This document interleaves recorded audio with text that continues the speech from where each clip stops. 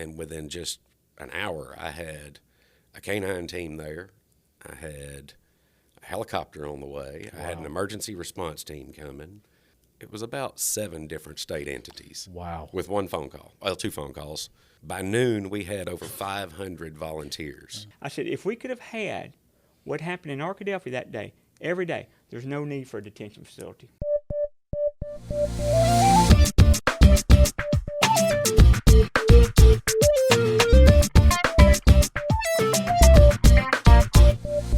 Hey guys, welcome back to the 10-8 podcast. We're glad to be here today. So if you are watching, listening, whatever, however you view the podcast, please hit that like and subscribe button. So today, I am here. Kelvin, you hitting the like and subscribe button? I'm hitting the like. Okay, thank you, buddy. So we're up to like 22 now. Thank you. 11 of them are you.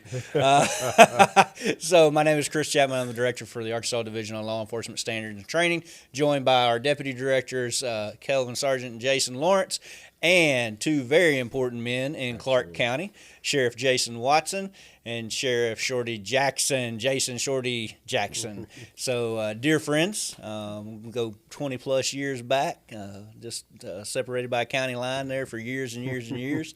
My family lives in y'all's backyards, and so down there a lot. But we're here today to just talk about relationships and how, as law enforcement, we can't live in silos. We have to do this job together. We talk about teamwork before we started recording, and just really how you make that work. The majority of Arkansas's rural communities, small city police departments, small municipalities, and small sheriff's departments. And so we know that we can't do this job without having partnerships and relationships. So that's really what we're going to talk about today. Absolutely. So, guys, kind of take us through a little bit, introduce yourself, and tell us a little bit about your life, how you got into law enforcement, things like that. Chief? No, I'm going to pick on you first, sir. Okay. So, let's see. 29-plus years. Wow. Yep. In fact, the sheriff and I started 1 month apart. Really? At the police department. I was in dispatch. He was in patrol. So we have really been together our entire career. And look at where you are now. Yeah. Attrition or longevity, I don't know managed what to it fool is, the right? voters Yeah. and the administration. Yeah, great. I get At the it. top. No, we've worked together our entire career. I started in dispatch, moved to patrol. The only position I have not held at the police department is school resource. Really? Yes. Wow. Worked my way up through patrol to sergeant, then up to CID. Made lieutenant while I was in CID, and then assistant chief. And then when Chief Harris retired, Yes, sir. in 17, I was appointed the chief then. Yeah, that's a legend right there, isn't it? Yeah. Yes. Around Chief for a long Harris is time. legend. Originally from Clark County? Yes, he had been our sheriff in the early 80s. He had been the lead instructor at the academy. Yep, he was there when I was there. Yeah, Al was a legend. So Yes, sir. to have been trained for this position by him was an honor. Wow. And I think, as you have worked yourself up in the rank, you've seen the agency change, of course. You saw it probably from small numbers to big numbers, technologies-wise as well. What is your total staffing right now? 24 sworn and 2 civilians. 2 civilian, and of the 24, any part-time as a result of those? We have a few extra part-time. Gotcha. But we have a requirement in-house that our part-timers are full-time officers elsewhere, Gotcha. as much to make sure their training hours and everything is kept up with without us having to try and force them to do things. Yeah. I'm with you. Sheriff?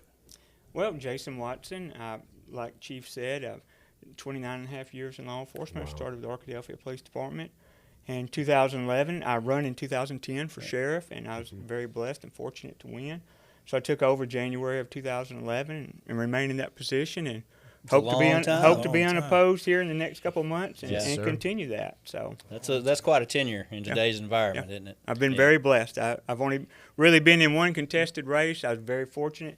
The voters supported me heavily with about a 94% victory. I wouldn't call that much of a race. But what it taught me is that the first 3 or 4 years of sheriff, we were doing what we said we were going to do. Yeah. Because the whole community come together. When you have those type numbers, you don't just have one segment. Yeah, Everybody that's come awesome. together. They're buying in. And I think, honestly, and it's not bragging because I have been blessed. It's not due to me. It's due to the relationships. And I think that's what this is about today, but it is. Yeah. It's due to the relationships we have with our agency, other agencies in the county, and in our areas and the citizens to continue to have those type of numbers if we did have some kind of opposition. So what's the size of your agency now, including your detention center?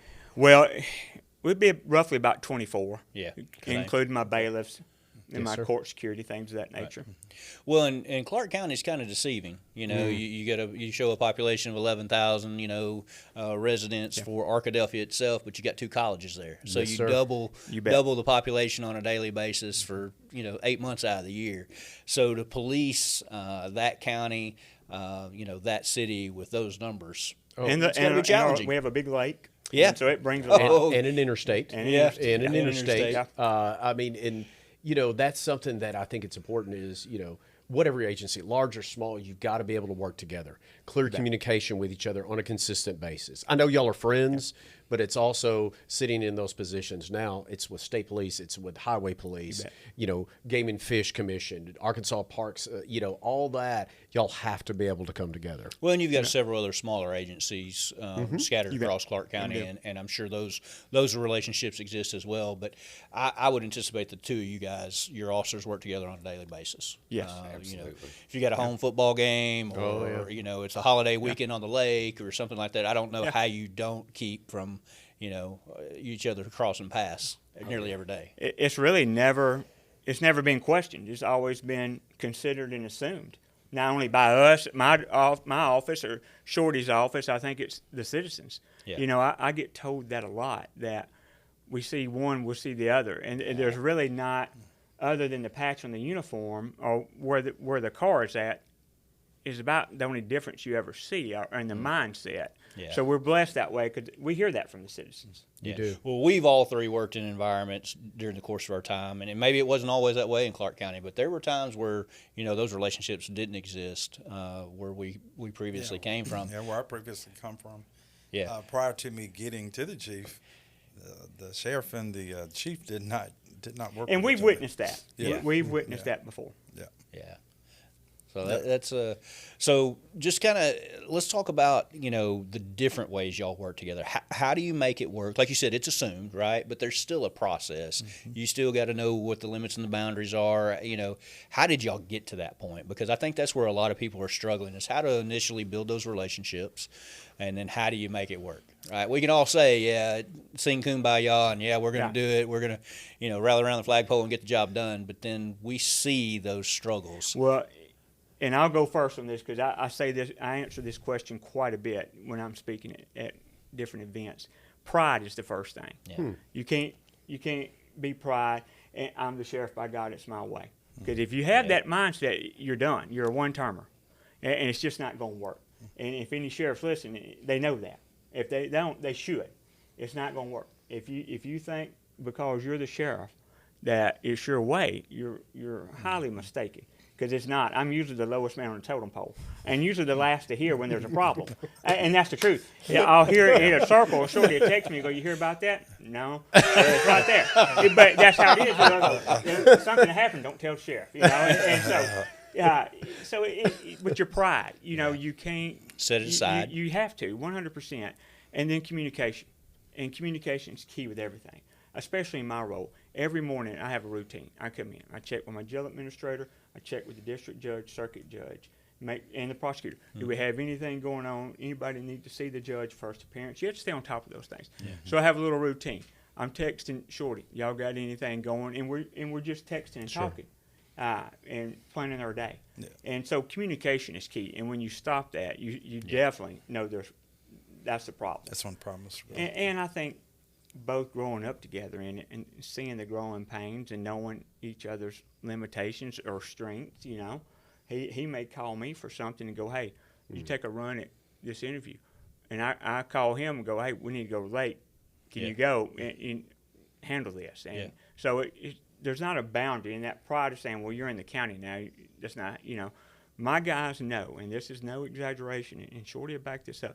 My guys know that if we're at a scene and he tells them something, it's exactly as if I'm telling. Yeah. So it's not a, if he tells you something, it's like I'm telling you. So are your officers commissioned? Do you commission the PD officers as well? Yeah. So there's not a jurisdictional issue that way. And so, well, from your standpoint, how do you make it work? What's your thought on it? it's a lot of what he said. You can't let your pride dictate your decisions. And we're in the unique situation of having, like he said, grew up in this together. We have actually been each other's bosses throughout our career at different times. Are you serious? Yes. Oh, that's awesome. Now, this is a story I haven't Oh, heard. this Let's is get into awesome. this. I wanted to go on his shift when he was shift sergeant. Yes. Al was talking me into running for sheriff, and he said, "Come back." And I said, well, "Put me on Shorty shift." Yeah. So he's actually worked as a patrolman on my shift while I was shift sergeant. And then after he became sheriff, I've always worked part-time over there up until I moved to CID. So then he was my boss over there while I'm working part-time for him. So, Oh, man. and we continue that type of relationship all the way through. If there's a scene in the city and he's there and I know it's something that he knows that family better, I'm going to defer to him immediately. Wow. We've worked a manhunt in some property in Curtis that I deer hunt next to, and we had Saline County SWAT team in, I think, and they could not understand why the chief from 15 miles away was in charge of the scene and everything that was going on. You with knew the sheriff. trails. Yeah. It's exactly it. Yeah, I mean, This is my backyard. Wow. Yeah. it's a no-brainer. I want the guy in there. We all have one common goal, and that's at the end of the day to love do But what we're do we, supposed to do. sheriff? Do we, Yeah. sheriff? Now, that's an assumption, right? Well, that should be the goal. And I'm like, take over. And he's telling me where I need to be. Oh, that's awesome. So is any of this formalized? I mean, you guys grew up together. You like you said, you work for each other, with each other. So is any of it formalized through MOUs or contracts or anything like that, or y'all just make it work? It just works. We've never really had to, other than what has to be done legally, sworn in and those type things. It's just to understand, and when I'm interviewing someone for a job and we hire them, that's when we talk to them. We try to take them around, introduce them to everybody, and go, now that's the chief, and if he tells you to do something, you do it. And if there's an issue, you can talk to me later, but he is the chief, and so if it's order from him, it's order from me. And so it's always from the beginning. I've never been questioned on it. I mean, I've never had a deputy question go any of that. It's never been brought up. Other than talking today and speaking at events about relationship, I've never had a deputy or a city police officer question any of that. So I think that's amazing because we say all the time that leaders set the tone for the organization. And it sounds like day one, y'all set that. Hey, this is a group of individuals who are working for a common goal. And I love that he said that. It's not about ego. It's about accomplishing the mission, finding the lost child, arresting the bad person, whatever it is. And y'all set the tone, which then bleeds down at that point. And I'm sure there's probably been an instance where a city guy and a county guy didn't get along or whatever, and then y'all fix it and y'all move on. The growing pains and the younger generation, I laugh and call it, we've been in it over 29 years. But technology has changed. We were still on the typewriters and all that when we were doing, and the VHS cameras. Yes, and, sir. Technology and mindsets and generational changes and people fussing in the social media world. I mean, our first little bit, we never had you didn't even know what that was. Yeah. And now you get to read everything, and everything's political. So you've got one opinion here and one opinion there. Yeah. And we just try to tell our guys, hey, we have a goal, and, let's work on that. Let's not worry about what's happening somewhere else. We can't fix Washington. We can't fix Florida. Right. We can't fix L.A. Let's work on Arkadelphia and Clark County. Let's fix this. That's cool. And I don't think we've ever had officers that, I kind of cut up with them when they are fussing about something. I'll laugh at them and say, next week you guys are best friends. Yeah, what we see is that in the event of any kind of tragedy, everybody comes together, even if they don't like each other. You bet. Yeah, they take care of each other, and they take care of their own. Even if maybe if they don't want to go eat with that person, they'll give them money, for something if they run into some kind of hardship. I've seen that. Yeah. So we've been blessed that we don't have those problems. Some occasional arguments, but nothing that's been just where we've had to set anybody down that I can remember. Man, it's amazing. So, just recently, Clark County and the city of Arkadelphia dealt with a critical incident, a missing child. Yep. So, Autistic boy. I think that would be a great kind of example for our listeners today, for y'all to hear about how it started, how y'all came together, and what was the outcome. Kind of talk about that. Chief, would you mind starting? So I have actually penned a letter to the governor What? over this incident. In my 29 years, I've never written a letter to the governor, but a show of appreciation for all the state agencies that showed up, all the agencies locally that showed up, and all the citizens that showed up. Man, that's cool. So that started at 4 a.m. Okay. The caretaker for the child called because the child had left the house in the middle of the night. It's a 5-year-old autistic, nonverbal child man. that is functioning at a 2-year-old level. So we're already behind the curve. Sure. Because they don't know when during the night for sure the child left. They had checked on him at around 10, found him asleep on the couch, left him there, and then at 4 he's gone. They woke me up at 5. They got me on the phone, and I jumped up and threw on a pair of shorts and a T-shirt because I'm thinking we'll have him located in an hour. Yeah. I think at 6 I called the sheriff, and he was there just before I don't even know what time it was. It was before I reached out beyond our local, outside the county. We had the fire department out. We're canvassing the neighborhoods. Everybody's out walking. Again, I'm in a pair of gym shorts because I think we'll find him. It'll be quick. At 8:30, I said, okay, we got to reach out further. We've got both universities. We've got the fire department. We've got the sheriff's office. We don't have the child. So I called the state police and called the Washita River unit. And within just an hour, I had a canine team there. I had a helicopter on the way. I had an emergency response team coming. I think it was about 7 different state entities. Wow. With one phone call. Well, 2 phone calls. One to the state police and one to the Washita River unit. By noon, we had over 500 volunteers. Get out. That had just shown from up. the community. Yes. Wow. Which I'm at 8:30. I mean, we're 4 hours out. Yeah.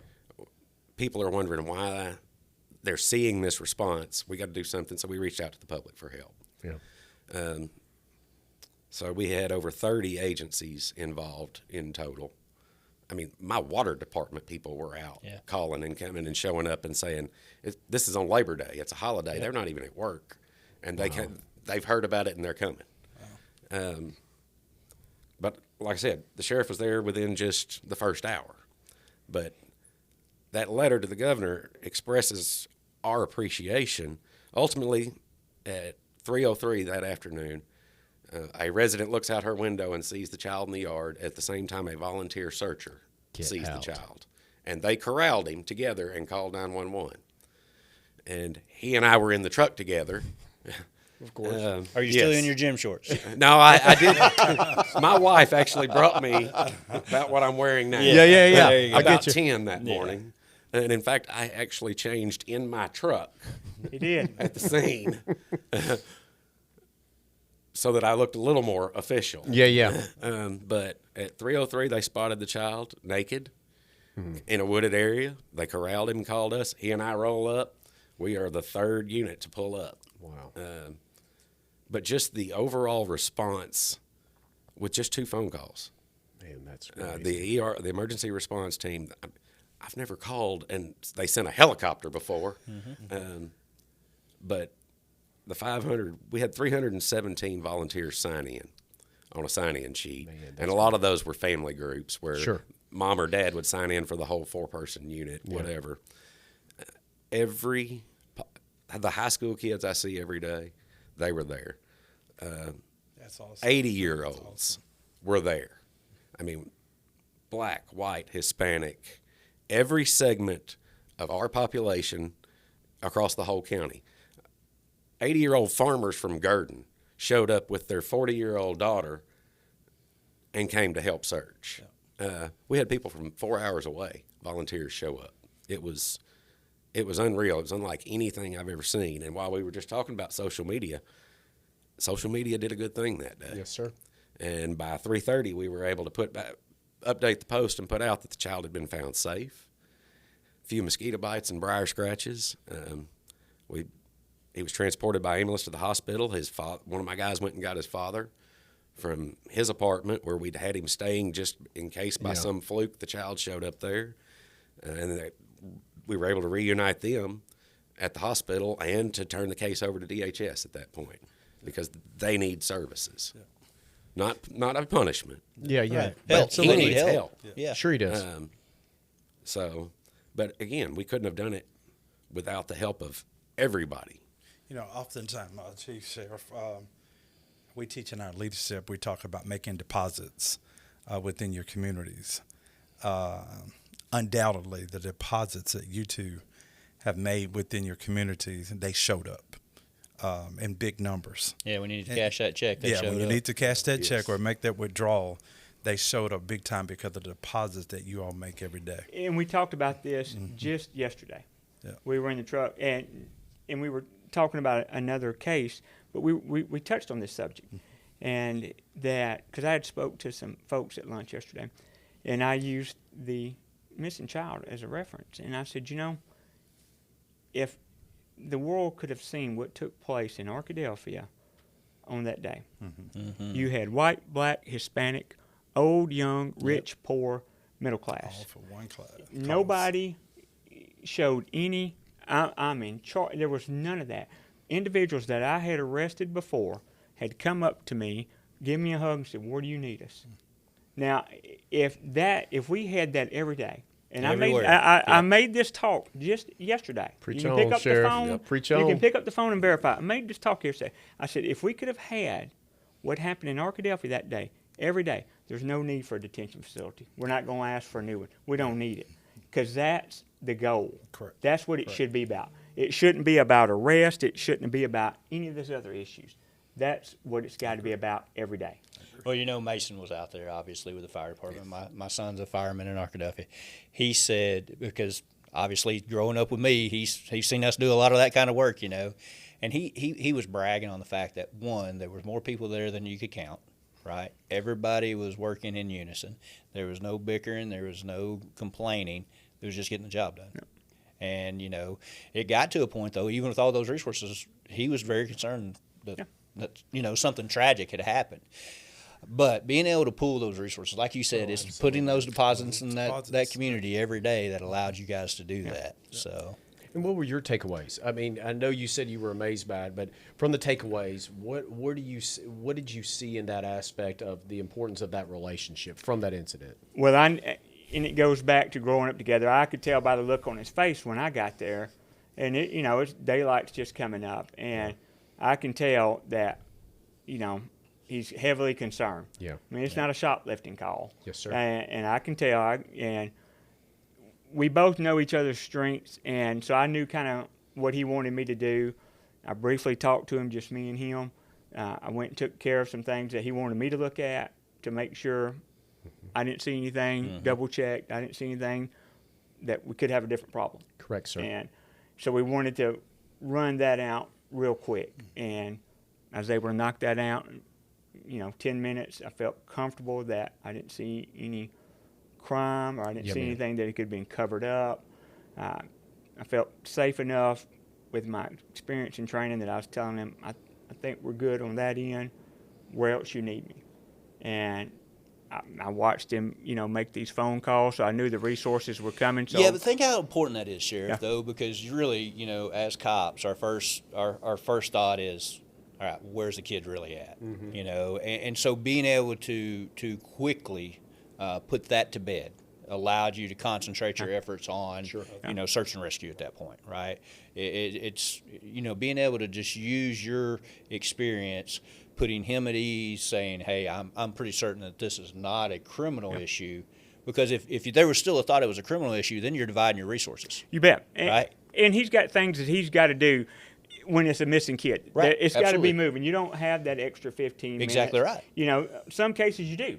But on a missing child, you don't. If he's actually missing, we don't have that 15 minutes. All hands on deck. So if he's going to have to go in there and do that, he needs to focus on what he's doing, and so he needs to have those resources that I can go in there, and he's going to take my word that I because I've done so many of these that I don't see anything out of line because he's already making very crucial calls because we got a 5-year-old missing. You bet. So I think that is Well, yeah, highly important. To me, that's just a huge importance because, again, now granted, y'all had a lot of resources, but early on you didn't, right? Early on you had what was there. And Sure. so I'm Yeah. assuming you made that call that it's a non-criminal issue fairly early where the resources were limited.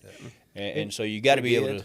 But at the same time, the whole day, every minute that goes by, Yeah, buddy. that It's still creeping. We would that look at each tingle other in the without back of your saying a mind is word. just getting No, that I'm much with you. stronger Gets every louder, hour. gets louder. At 2:30, I told him, I said, we're fixing to have to start taking people to the police department and doing interviews Yes, sir. in the interview room because this has gone on too long. Yeah. I mean, we had our investigators out checking in with all the sex offenders You in bet. town Yeah.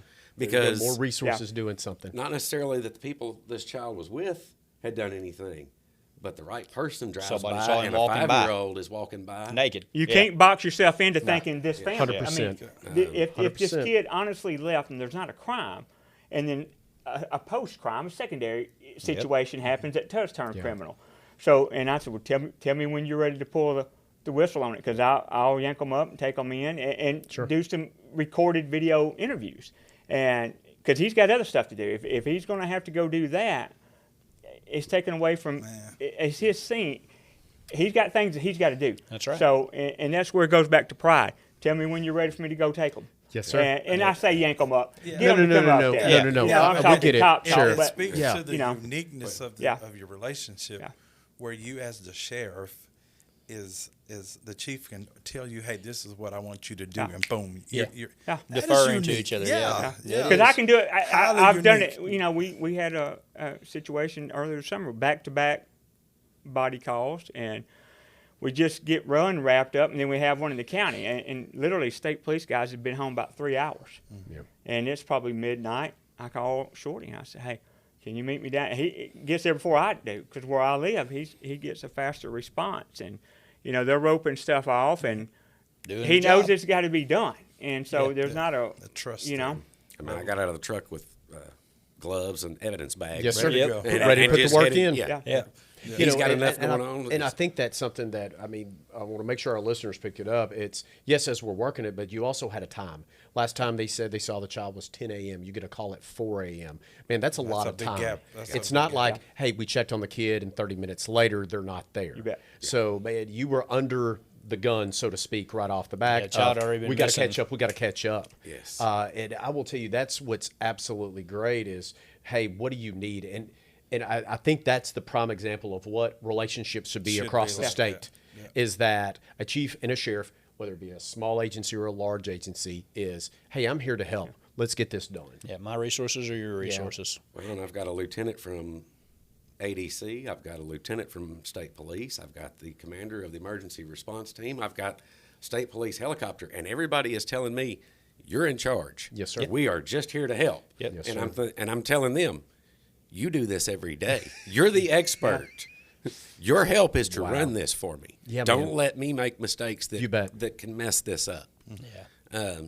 I'll get you anything I can get you to help, but I can still see their sergeant over the emergency response team addressing all the volunteers Yeah. and organizing the groups of volunteers and the sections they're going to go 'Cause that's do. what they do. And I'm just, Yeah. that's what they do, and I don't have to do that and try and figure out how to do that. Yeah. Because Again, they it's do putting every that day. pride aside. Oh, though, man, right? isn't it, though? Oh, well, so the reason we were in the truck together, Saving on gas for the county. Yeah. Thank you. Saving We taxpayer appreciate dollars. that. Thank y'all Absolutely. both. Yeah, thank you. We're always thinking. actually, Walmart had reached out and said, "What can we do to help?" And we needed bottled water for volunteers. Yeah. And they said, "I got a pallet. Come get it." We were getting in the truck to go get the trailer to go get the pallet of water to support all these people. Yep. And that's something that he and I, it almost sounds egotistical to say it. We try to take care of the people who are there doing the work. Yeah. And I don't mean that to shower praise on himself or myself or him, but that's a lot of what our job is to know our employees as well and each other's and to stay out of their way and let them do what you're paying them to do and get them what they need. We talk about it all the time. As leaders, give your people right and left boundaries, right? And if they're capable, let them drive down the lane. Let them get the job done. Exactly. If I have to call my shift sergeant for every call that gets dispatched, he then I might as well be in the car. He shouldn't be your shift sergeant. I might as well be going. Yeah. Yes, sir. And so and the pride things is, I can tell a funny story. I can tell two actually. I had a state police. I had a young officer in Reclam Interstate, no injury, anything. 3:00 in the morning, we called a trooper out to work.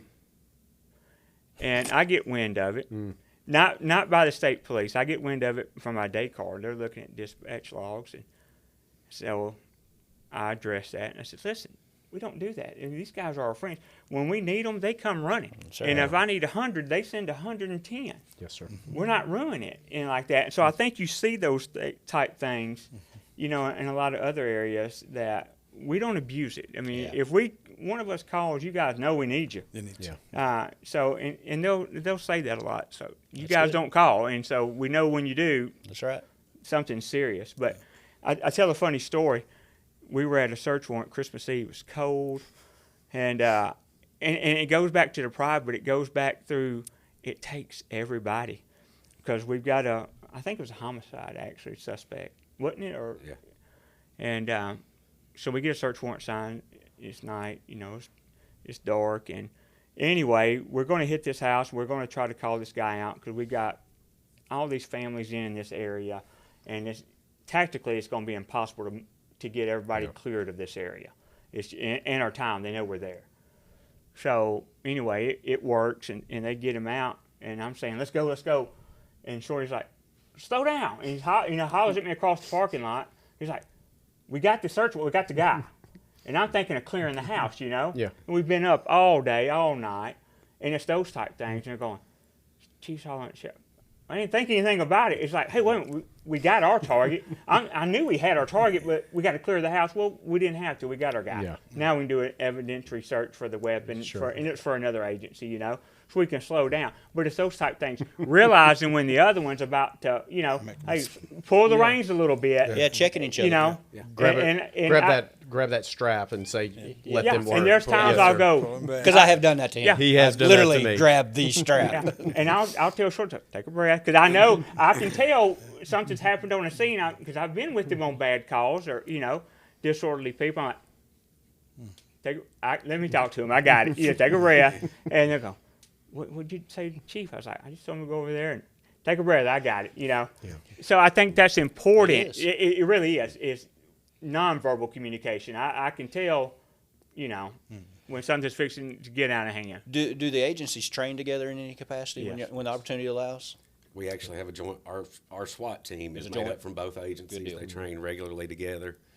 And just county guys show up on city calls. Yep. If we hear them going to a disturbance out on the east end of the county, somebody's easing that way. Right. I mean, our people take care of each other. Yeah. Even across the agencies and whatever. We couldn't make it. I mean, there's no way. I mean, we have events out in the county. When I've got two officers on, and there is no way. So they're guys that ease out to the end of the city limits and start easing, just till they hear that everything's all clear or 10-4, and it's a great feeling for me as an administrator that I know there's more coming for the safety of my officers. I want every officer to go home every night. Of course. And not fatally injured, not physically injured. We go home with no fights, and sometimes that extra car stops all of that. Yeah. And it doesn't matter to that officer if it's a city car, if it's a Little Rock car, stop that mess. Yeah. And Well, and I'm sure it helps that the officers know that's the way you guys feel about it, because I can't tell you how many times stop at the city limits, don't go into the county, or vice versa. It's about taking care of one another. There's no concern with either the deputies or the officers that if you need to go to the east end of the county and they need you, get there. And we've seen those problems, Yeah, and that's yeah. why I think it's. Yeah. I'm sure you've seen those problems fairly close. We've seen I those do. problems. Yeah, exactly. Well, of course. But we've also lived through that, and I know you have. I mean, the thing that I like, the sheriff that I was working with, it was a relationship similar to this.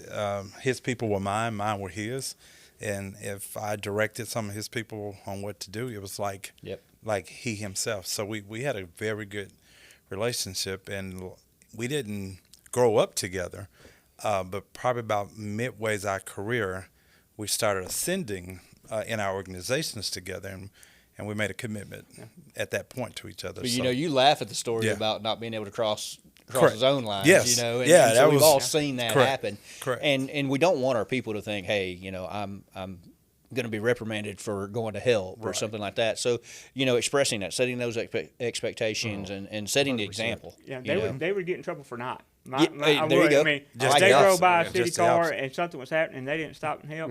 Yeah. We would have an issue with Yep. it. Shorty did a interview with Channel 4 out in the county. Took them all around the county. There's no way I could not be there. So I called him. I called him and I said, hey, I need a favor. And he's like, name it. And I was like, I've got to deal out. There's no way I can get out of this other engagement that I've said I'm going to be at. They want to do a deal out in the county. So he spends a half a day. Of course, it's a pretty news anchor. So that's how it goes. If I could have been there, it'd have been an 85-year-old guy. But it's a 20-year-old beautiful news anchor. But I'm not sure we can edit that, but it's okay. that's just how it is, boys. That's how it is. Y'all can pull it up. But he takes them out and he shows them the county as the chief of police. And I asked him to. Man, that's great. And And I will tell you, on behalf of the state, we appreciate the sacrifices you made that day to do that interview. Thank you, sir. it was Chief. rough Yes, on it's him. rough on you. And that's something. And I've had the privilege to train with your agencies. I have.